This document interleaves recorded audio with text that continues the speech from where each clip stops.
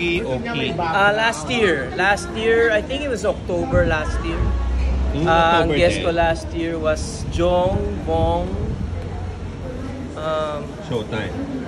Regine yata. Or surprise yata si Regine. Saan ginana? Doon din, sa NPAT din. Okay. So, ang laki ng NPAT pero kasi alam mo, I like performing there. Kasi parang yun yung market ko. Okay. Yung mga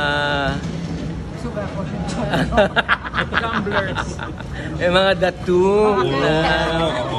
Tapos tsaka enjoy, ewan ko, gusto ko yung feels ng lugar na yun. It's so light. Medyo malawak lang.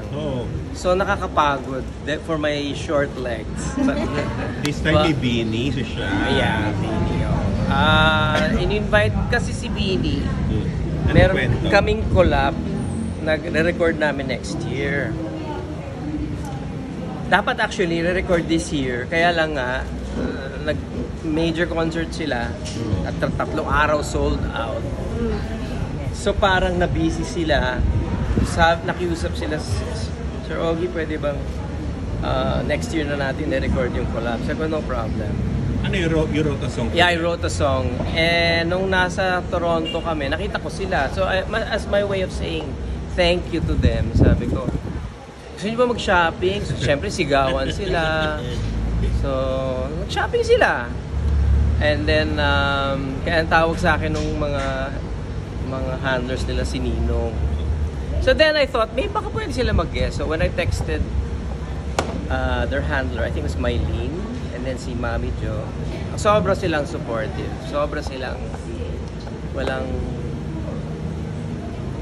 Hindi naman sa pag-ano, merong mga mahirap kausapin di ba? Merong parang... Hindi mo na lang sabihin na ayaw.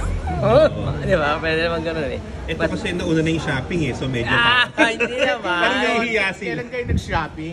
Sila lang, hindi ako sumama. Shopping mo talaga. Binigyan mo ng pera. Pang shopping lang. Ano, shop all you can ba to, Ogs? Syempre. Galante si Lilo. Like $10. Kailan? Kailan yun? So, ano meron sa... Nung nag-ano kami, nung May ASAP. ASAP sa... Canada. No. We were in LA. LA. Okay. Kaya lang papunta silang Toronto. May show sila sa Toronto. Ako naman galing Toronto. Okay, nakita kayo doon. Nakita kami sa May LA. show sila. Hindi, nag-guest sila sa ASAP Okay. Wait lang, naisipan mo lang na ipag-shopping sila? Nung una nagjo-joke lang ako. So yung shopping, yes! O di syempre. Pero I felt like maganda nga naman. Di ba pag meron ka mga pamangkin or mga... Sino bang babae ayaw sa shopping? Hello. Natuwa ka lang? Natuwa ako. Tsaka alam mo, naaalala ko nung panahon ng pandemic. Di ba nauso yung kubo? Minsan dumadaan ako sa kubo nila Tapos, syempre, yung mahulog ka ng Malacanang, ganyan. I'm really so fond of them. So, hindi pa sila sikat na Beanie nun, Hindi pa. Unfair. Ewan ko naalala nila yun. But, so nung sumikat na sila, sobra akong happy for them. Nakita ko yung tiyaga nila, yung pagpupusigi nila, yung disiplina nila, no? So, wala lang. I guess I'm just happy for them. Tingnan mo magkano nga. Wala. Hindi, pito sila, di ba, Og? Tama ba? Pito sila, di ba? Walo. Walo? Okay, sorry. So, 8 sila. Magkano inabot nung ano? Ay, wala laman yun. First time mo ba magpa-shopping? Hindi, lagi ako nagpapasya. Sanay, si Nino. Gusto niyo mag-shopping sa Kamuning? Kinimin daw.